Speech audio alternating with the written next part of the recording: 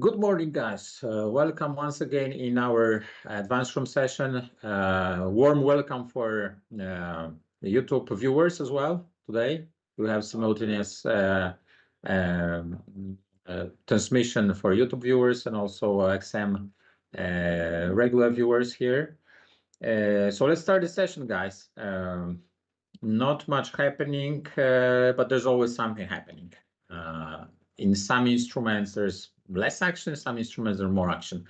Let's start the session, guys. For those who never had a session with me, let me introduce myself.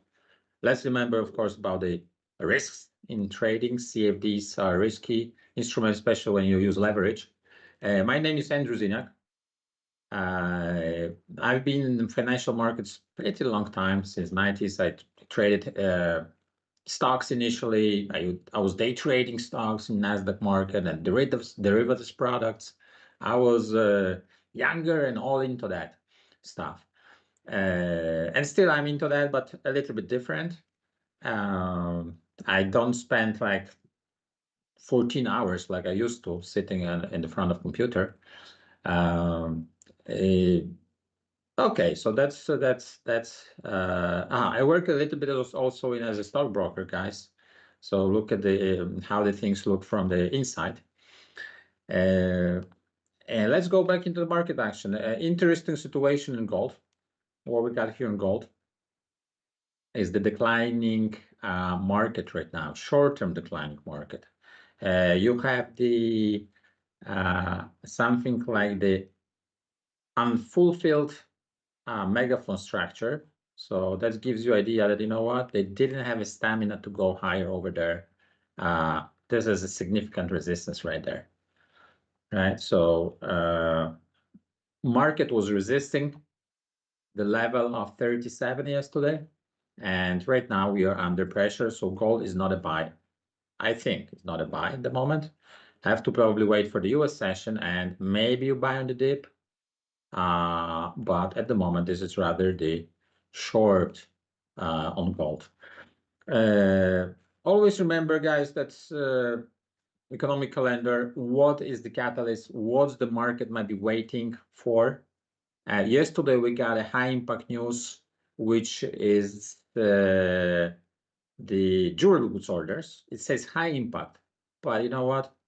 High impact and high impact, you have a CPI high impact, and you have durable goods orders high impact.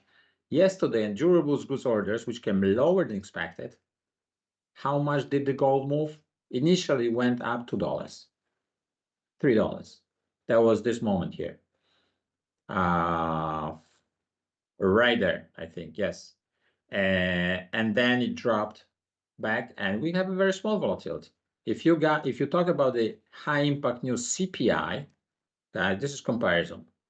CPI, high impact news, US CPI, and then yesterday you got somewhere over here, you got the durable goods orders. You see, this is almost insignificant. Sometimes you have more fluctuations without news than actually got after those durable goods orders.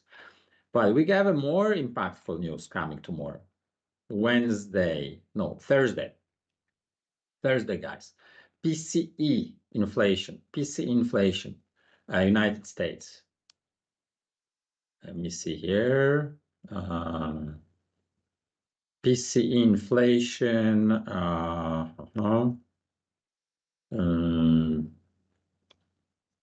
Okay, let me see. Yeah, that's tomorrow, right? Tomorrow. High impact news for tomorrow, Wednesday. No, Thursday. PC inflation. Why is it important? Fed is looking at PC inflation as here we go, core PC price index, month over month, core PC price year over year. Was a trajectory recently. Trajectory is to the downside, but the market wants it to go down more, right? Hello, Akram. Hello, Abhisheks. We're looking at the possible reaction on PC. Why is it important? Once again, from time to time, the Federal Reserve, board members, they released the projections for various economic indicators. Change in real GDP, 1. Unemployment rate, 2. PCE inflation, 3. Core PCE inflation, 4. And federal funds rate, 5. Those are the major. And we got number 3, number 4 released tomorrow. And that's what they're looking at. They're looking at that inflation, and that translates into lower rates or higher rates down the road. So that's why it's important. So expect tomorrow a reaction on gold, US dollar, equities. We know that. We watch markets on daily basis. We know it's going to have a reaction. So now what can happen? Gold might be dropping $20, $30. If PCE holds on to the level, worse, if it goes up, then you're going to have a $20, $30 down on gold. So you have to be prepared for those eventualities, guys. That's why always need to be prepared for the possible move based on the economic releases. The catalyst being the economic releases. Some of them, they're more impactful, but even those that are marked high impact, they're not necessarily must be that impactful as other marked high impact. From the high impact, very high impact news, you got a Fed meeting, CPI, PCE, PMIs, NFP, recently JOLTS as well. JOLTS might move the goal at $10. 3-4 years ago, nobody was talking about JOLTS having that much of influence in the market. Right now, you have the release of JOLTS, and then you have a huge reaction in gold, in dollar. So always bear in mind that calendar, guys. So let's go to the market action. Let's review the markets. What's happening right there? Let's start from the mother of all indices, US 500. US 500 not doing much for 3 days, but actually this is a very bullish market. Let's see, this is a bullish market. There's no signal to short at the moment. If you look for the buy, you might be looking at the possible buying on the dip of the bull flag. So something like that, right? And that's kind of a wick on the downside that might be produced. And this is kind of typical. You have the dip and then reversal, dip and reversal. And same story for gold recently. You have a dip and reversal, US sessions. Dip, dip, and then maybe you have a dip and reverse. So that's probably going to come during the US session. So at the moment, if you want to look for gold buying, I would probably wait for the US session. You want to see something like a dip, maybe overshooting the level over here, and then prices go up, you might be buying gold. If you want to short gold, you want to see something like move up $5, $10, and then if prices start to go down, you sell into that, because gold is horizontal right now. Probably not going to have a significant break higher or lower before the PCE. Tomorrow is a big day for gold. PCE inflation is coming. How do US equities react to the PCE? If PCE comes higher than expected or flat, probably you're going to see some pressure on equities. So S&P might be going down, but again, probably they'll be buying the dip. But with gold might be going down, and not necessarily they might be buying the dip. Why?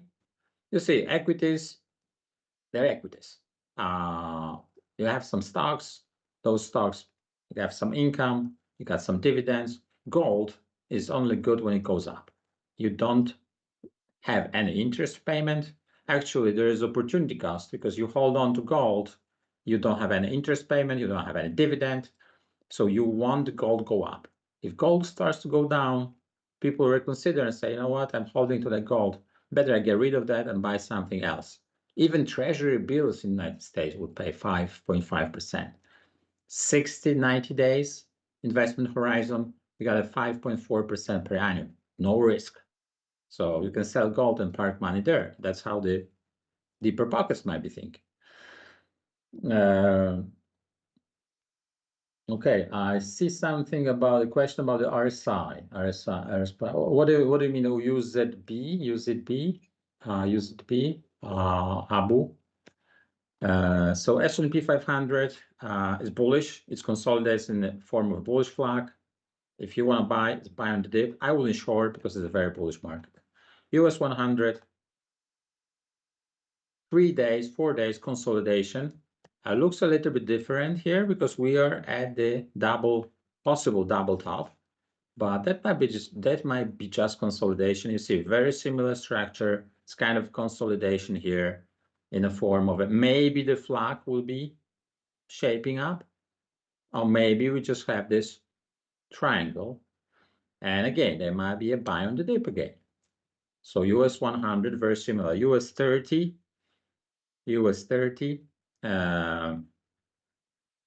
on daily went up, consolidates in the form of a bull flag as well, right there.